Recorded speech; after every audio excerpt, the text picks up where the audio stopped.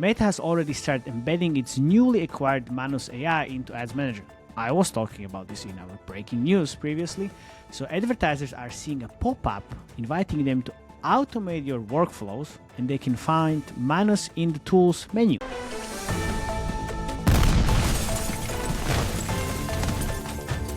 Two and a half gamers exclusive. Breaking news. Literally breaking. Hello, welcome back to your weekly breaking news. My name is Matej Lančarić and I'm flying solo today. We've got few stories to get through, including two big AI headlines that could change how games are made and marketed. Well, we'll see about that. Let's get into it. First, Unity is gearing up to show off a revolutionary new AI tool at Game Developers Conference. Well, it's a Game Developers Festival these days, whatever that means. According to the CEO, the upcoming Unity AI beta will allow developers to, quote-unquote, prompt full casual games into existence using natural language commands. No coding, just tell the engine what you want, and it builds a playable prototype right on the spot. Unity says it combines state-of-the-art language models with its own runtime to democratize game development. Oof. Critics worry this could flood app stores with low-quality AI slop. Well, hello, YouTube comments. But supporters say it could unlock creativity for people who have never touched a line of code. Well, this is an interesting story indeed. And Jakub Remjar, who is our own co-host, made a comment. After the world model fiasco, every gaming CEO is suddenly AI pro. Well, Take-Two CEO already did his U-turn and suddenly started being pro-AI. Well, now it's time for Unity to put also an AI-first label on itself. AI is moving in leaps ahead, but currently the biggest actual impact for mobile gaming is marketing creatives and playables. Fully casual games? Maybe next year, and only based on templates. Definitely not now. Move on, as this is all just smoke and mirrors for Wall Street guys to be finally happy. Absolutely agree. But then we have John Wright, who is very positively surprised about how Unity can deliver this. So he says, if Unity delivers on this vision effectively, it could represent a true paradigm shift in game creation. Until now, much of it has felt like smoke and mirrors, well, no shit Sherlock, heavy on hype, light on delivery. Again, not shit Sherlock. Let's hope this is finally the movement we've been all waiting for. Where the fuck is my popcorn? Oh, here it is. Yes, let's see. A fully casual games from the prompt? Yeah, not there yet. Anyway, speaking of AI, Meta has already started embedding its newly acquired Manus AI into Ads Manager. I was talking about this in our breaking news previously. So advertisers are seeing a pop-up inviting them to automate your workflows, and they can find Manus in the Tools menu. Manus AI uses agents to handle tasks like building reports, researching target audiences. Well, who does even use target audience anyway? And Meta hopes it will show investors that all of that AI spending can produce measurable results. Some users know that clicking Try Now just takes you to Manus' own site where a subscription is required. But it's a sign of deeper AI integration in Meta's ad platform. All of this remains to be seen. I actually started seeing also the Manus AI tool in the menu.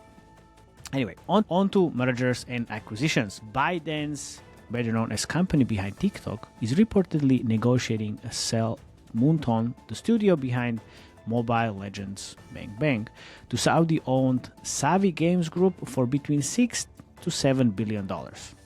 The deal would expand Saudi Arabia's growing gaming portfolio and signal that ByteDance is stepping back from the industry, from the gaming industry. In indie news, the quirky cat breeding roguelite Mew Genetics sold 1 million copies in its first week. Co-creator Tyler joked that the game recouped its development costs in about 3 hours. Well, congratulations, Mr. Tyler. Steam charts show the game peaking at over 100,000 concurrent players. Not bad. Providing there's nothing gamers love more than breeding and battling pixelated cats. Nice. So there is also good news for cozy game fans. Brazilian studio DevCats is launching a publishing label dedicated to wholesome titles. Their first release will be Felin Forensics and Meow Zeo Mystery, and the part of that proceeds will go to animal charities. Nice. So you can solve mysteries with cats in a game while helping real-world animals, which sounds like a win-win. I mean, what's up with the cats these days? Finally, the UK Advertising Standards Authority banned an ad for Call of Duty Black Ops 7 after it depicted airport security guards groping a passenger for laughs. Regulators ruled the ad trivialized sexual violence and ordered it to be removed. Even in gaming's world of edgy marketing, there's a line that you shouldn't cross.